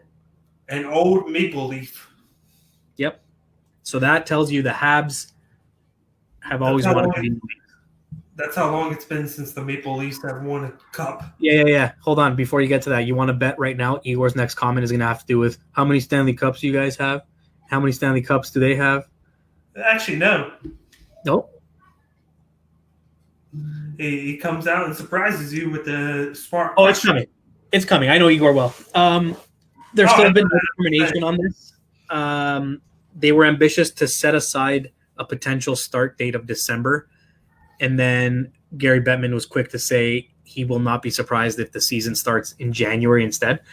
The World Juniors are happening still, and that kind of starts end of December into January. So they're going to be playing in the Edmonton bubble, so that's going to kind of take over Edmonton. That being said, there's a lot of anger, so to say, with why was the World Juniors canceled, or sorry, not canceled, but the women's was canceled. They could have very well played the women's tournament in Toronto, considering Toronto was a bubble as well. So the female or the women's hockey league takes another hit. And unfortunately, even with the Toronto 6 hockey team that was supposed to join the WHL, that got put on delay as well. When we interviewed Michaela, I believe she had mentioned that they had been told that their season might start up in January. I have not heard anything since. And they're still trying to lock up a venue too. Yeah, so that was the other issue. I know they've been practicing. Sorry, and I think I may have accidentally called it the WHL. It's the WNHL. I know they had been practicing and kind of wherever they're looking around where they might be located. So they're kind of practicing with other players from different teams.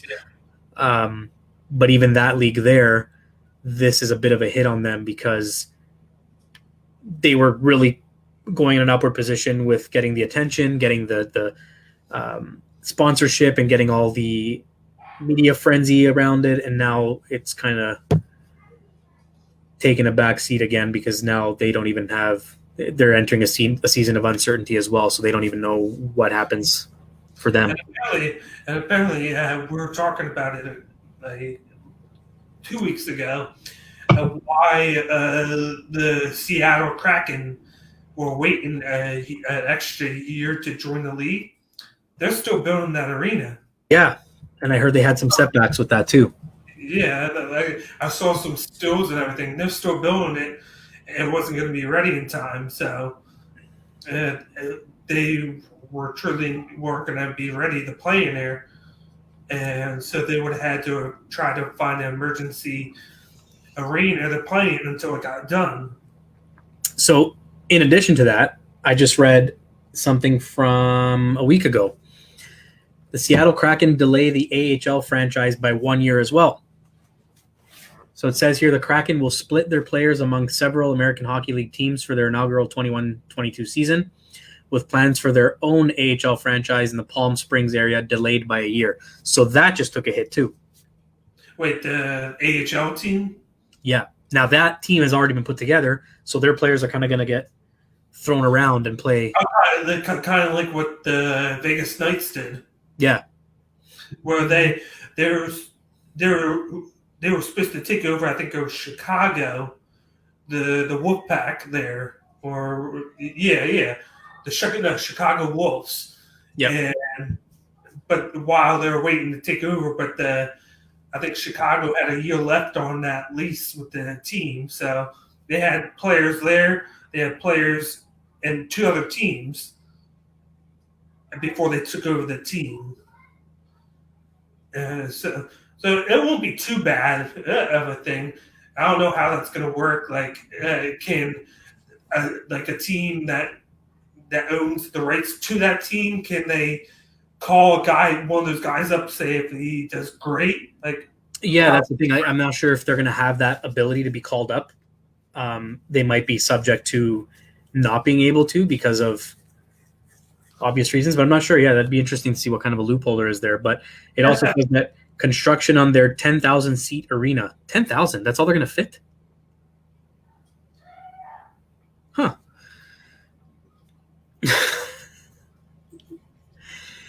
Whatever, Tommy. That's his brother, another Habs fan.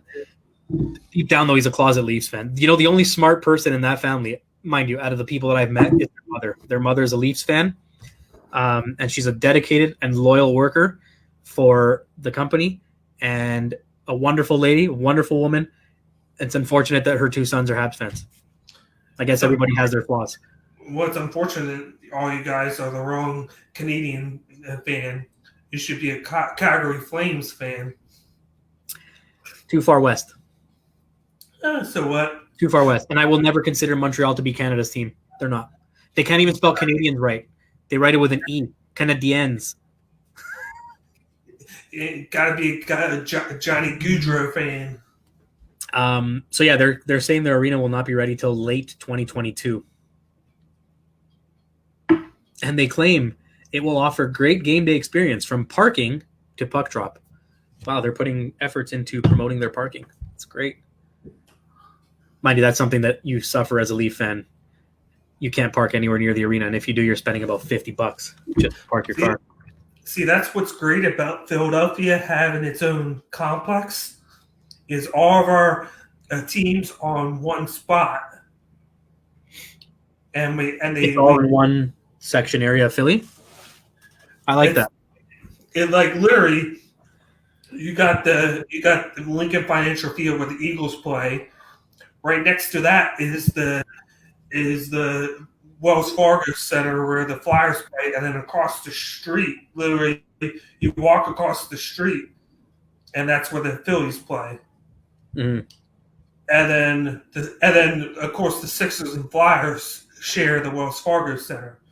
So all 4 teams are right there. I have to show you something. I have to share this. Look at, she's a beauty. That's his mom. She's a beauty. The fact that she came on to do that, thank you. Thank you so much. That means so much. See, like that. What a woman. You deserve a raise. Whatever Archie's paying you, he'll give you double now. Igor, you see what I mean? I had nothing to do with that. I was not expecting that. That is fantastic. That made my night. But yeah, so I like that Philly has that because when I went to Florida to watch the Leafs play there, I was amazed at how Florida has this massive parking lot around the arena. So like, there's no way you can't find parking when you go to a Panthers game. And they have like the way they're set up. If you park really far away, they've got people that actually drive golf carts around and will drive you from your car all the way up to the front doors. So the experience I had in Florida was fantastic. I love the arena. I love the parking around it. Very bright building. Unfortunately, it's hard for them to maintain the ice during the games because of the temperature and the climate and the arena being hot, with it being hot outside as it is. So I noticed their ice crew was a lot busier than the ice crew that I was used to seeing in Toronto. So it's got its, give and take with regards to that. And I wonder how bad it is in Phoenix because we don't get to really see what happens with ice crews in other arenas. So I feel like in hotter climates, that might be a bigger issue as well. I know that in Toronto, there were always complaints when the Raptors played the night before the Leafs, and vice versa. Both teams complained about each other based on, it was too cold in the building or it was too hot, because the way it worked was when the hockey season's around, the ice slab is always there. The basketball court gets built on top of that. So sometimes you hear complaints about, it was too cold, which is a crock, because where the ice is, there's a level of composite decking that goes on top. And then on top of that your court goes down, and even that's not flush. There's about this much thickness between the actual floor and the court floor. So for anybody who ever said, "Oh, it was too cold," ridiculous. But I always liked how they did that with the arena, because then how they worked that would be that they would always, one of my favorite things with the Flyers is when they would play.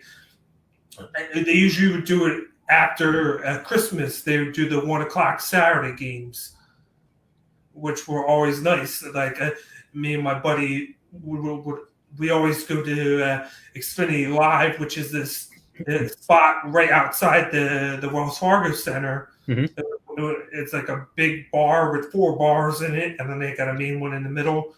And a lot of people go there to drink and watch all the games.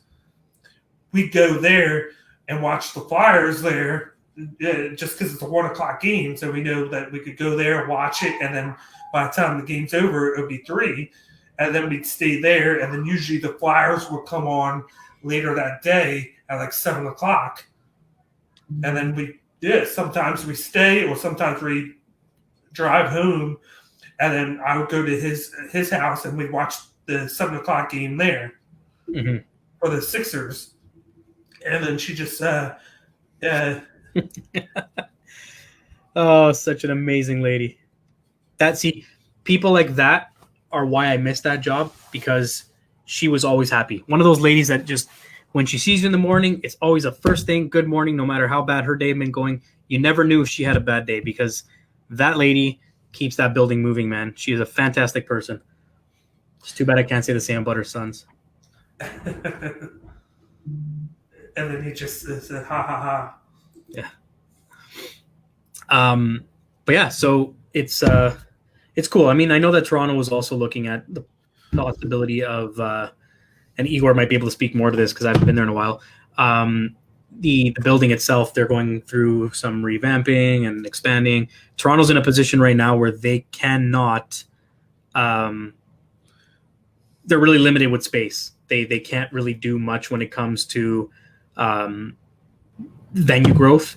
And even with downtown Toronto, it's so congested. So there's really limited space as to where they could even relocate if they did. But there was plans of expanding that building and making it look nicer and adding a bunch of stuff to it. So that was I think a 3 or 5 year plan.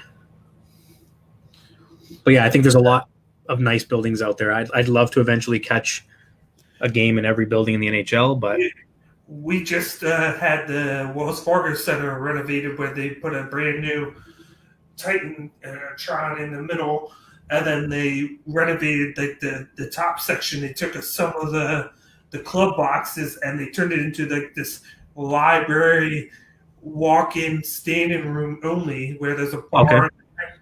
There's a bar up there, and then you can get food, and then you stand there. It's like standing room. You stand your ground while you're there? Always the best show around. Well, yeah, and that seems to be a big thing right now. Party gondolas, like big rooms for larger groups. And I know Toronto had a few of those as well. Just as I'm watching the intermission here for the Dallas-Tampa game, Bob McKenzie posted his top 10 prospects for the 2020 draft. And looking at these names, it's pretty much who I had suggested in my comments last week. So he's got Lafreniere obviously going first. The second one is interesting. He's got Tim Stutzel, who is from the German league. He's a centerman / left winger. He's got him at number 2. And then he's got Quinton Byfield, Jamie Drysdale, and Cole Perfetti, all 3 of which are Canadian, at 3, 4, 5. Then there's Lucas Raymond from the Swedish league at 6. Marco Rossi from the Austrian league at 7, which I believe plays for the same team that Austin Matthews played for when he was there. Jake Sanderson from the U.S. at number 8. Alexander Holtz from Sweden at number 9. And another Canadian, Jack Quinn, at number 10. So, again, very deep draft. These are 10 pretty good players to be adding to a team, of which I'd say maybe 2 or 3 are NHL ready, probably. So it'll be a nice deep draft, that's for sure. And it looks like Ottawa might score with that. That was a total setup for her to actually leave a comment. Whatever, Igor. Whatever. You know how many times he tried to get me to say, go, whatever his team is, go. And I gave it to him a few times, only because they might have been playing Boston, which is probably my biggest hated team. And speaking of which, one of our newest podcasters to join the AEE family, I believe it's Talisa from their show is called The Shit Show, True Crime Podcast. She is a Bruins fan. So I was looking at potentially having her on the show one day, and that'd be interesting to have a Leaf fan, a Flyers fan, and a Bruins fan. And then Igor chiming in as a Habs fan. Yeah. Yeah, definitely. And I went up there. And it's a great city there. I love going there. I think I'm going to go back. And then Where's that, Boston? Boston, yeah. Boston? Boston. In the harbor. I don't know, man. I went to Boston as a kid. We drove through Cape Cod, and I think we literally got off the highway, back on the highway, and left Boston. That's as far as we went. I think it was raining, and my parents said, there's nothing to see here, so we left. You couldn't go an extra 2 hours and come visit me, you know? I didn't know who the hell you were then, man. I was a kid. I don't even know if you were born. What are you talking about? I think I'm older than you. Ooh, how old are you? 33. Nope. I got 2 years on you. Okay. Close So, enough. okay, you would have been born. Yeah. You would have been born. I Our think friend over at actually, since we're gonna throw some promo around, there's also a marital nonsense show going on live at this time as well for anybody who may be interested in tuning in to hearing husband and wife bickering and talking about literally marital nonsense. Their topic today is an update on Facebook nonsense, a messed up cheat day order, the Arena Rock Show concert they went to, and I'm sure other topics as well. So as we say that, here's a few other shows.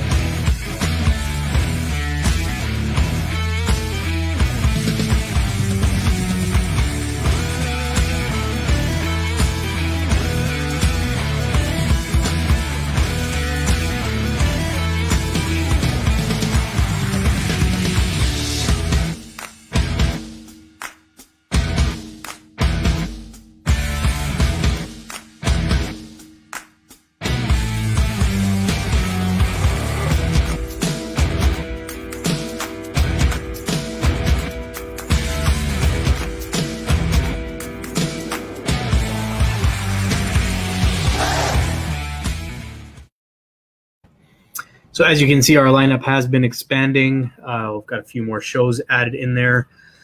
And constantly growing. I mean, there's all kinds of stuff that even may not have been mentioned out there. I know. He called me out, but at least that means he's watching. That's good. All that matters is you guys can't help it. It's just contagious. Well, it's not just that. I mean, if you don't promote your show, someone has to. So, I mean, I figured we might as well try. And with that being said, if anybody does follow us on social media, thank you so much. And if you don't, here's how you can.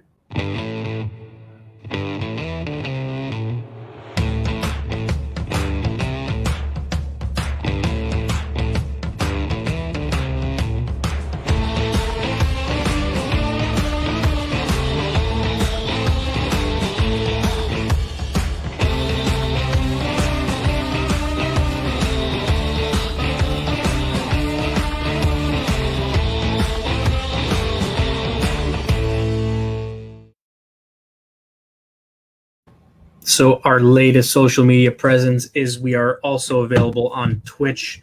We're in the process of working with getting that channel improved and branded, but we are available for anybody who does stream through Twitch or use Twitch. We're there.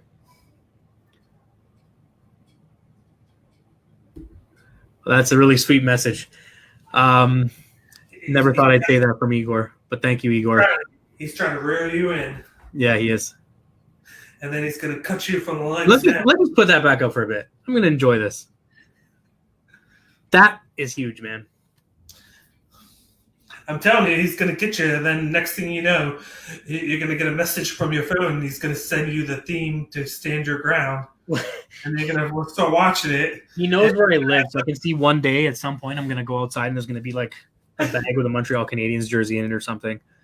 And I'm gonna be like, wasn't me. I didn't send you that Stand Your Ground T-shirt.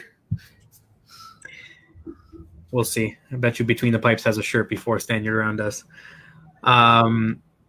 So that being said, I got the picture you sent of that complex, and I want to show this because I'd like Igor to see this too. How cool this is that you guys have this. And it doesn't even show all the parking lots that we have where everybody tailgates. Like, as you see, right there is the football stadium. If you look to the left, you don't see the Fargo Center. You see the old Spectrum. So this is the baseball diamond, right? Yes. And so you got your baseball. What's this? That was the old Spectrum where that's the old Spectrum. Used to. Now that's more parking lot. It's for the Phillies. And this is where the Eagles play. And then to the left is where the Wells Fargo Center is. You don't see it, but it's to the left under the Spectrum. And where is it the Union? The Union play in Chester, PA, which... Oh, so they're not in this section. Do you see where the highway is right behind right there in the front where the cars are? If you take that left about 10 miles, it drives right by the Union Stadium. Got it. So it's all pretty relatively close. Yeah. And then, that's it. But they're all within that one complex where you get all the fans just tailgating and everything. And then sometimes you got two teams playing at the same time, so it's a whole bunch of people are there for like two different teams, and it's nice. Like, you get fans there at like 8 o'clock in the morning tailgating for like a night game, and then it does great. So Tampa Bay has tied the game on the power play, and. Oh, what's he saying now? Canadians we'd be inseparable. So on the power play, let's see, who is it? What do you expect from my talent? Is that a high stick? Braden Point. Again. Might be a high stick though. Let's see the replay. Nope, below the bar. Wow, he batted it out of the air on a flip pass from behind the net. And then of course when I went to see who scored, the first thing I see is Kivianta credited with a hit. So there you go, 2-2 game. Assisted by Kucherov and Kilhorn. Yeah. So we've been going at this for almost 2 hours. We should cut this, and I'm going to go watch that game because it's going to get exciting. I got the Heat game on right now. Oh, yeah, I forgot they're playing tonight too. And the Celtics. So, yeah. Thanks for making on. Start calling you part-timer. I know. I literally, as we speak, I'm listening to my kids downstairs in the basement beating each other up, and I'm not kidding. You might want to go deal with that before someone gets hurt. So just before we let everybody go again, we'll just quickly go through a couple things.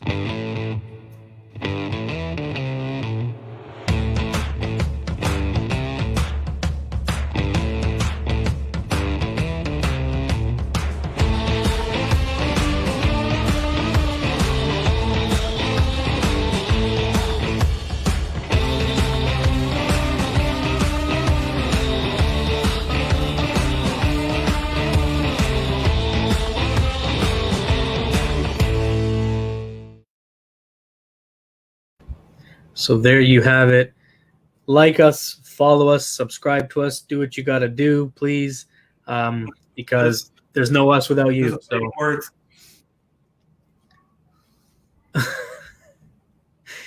ooh, we stirring the pot. Hey, stir in the pot. I believe you also said the Canadians in 7, and you know what happened there. They're at the 7th tee right now with the Leafs. So yeah, thank you for all who joined us. By next show, we will have a Stanley Cup winner.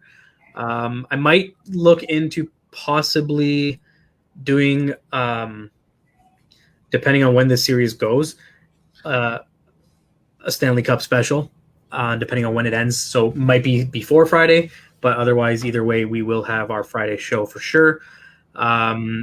Next week, whether it's on time or when I come on later, depends on if my son has practice or not, because here in America we play football in places, and my son plays football. I will come on and I will drink 2 beers, and that'll be my. I'm committed to that. Sounds good. We will do that. Okay, then. So we'll be here Friday. We'll definitely do the show Friday. Yeah. Stanley Cup winner will definitely be chosen. We will look at, by that point, they'll also have the MVP picked out for the playoffs and all the final awards. So we'll discuss that as well and see whether or not the right people we think deserved to win what they win. So that being said, thanks again, guys. Tune in next week. We will see you then. See ya. Take it easy.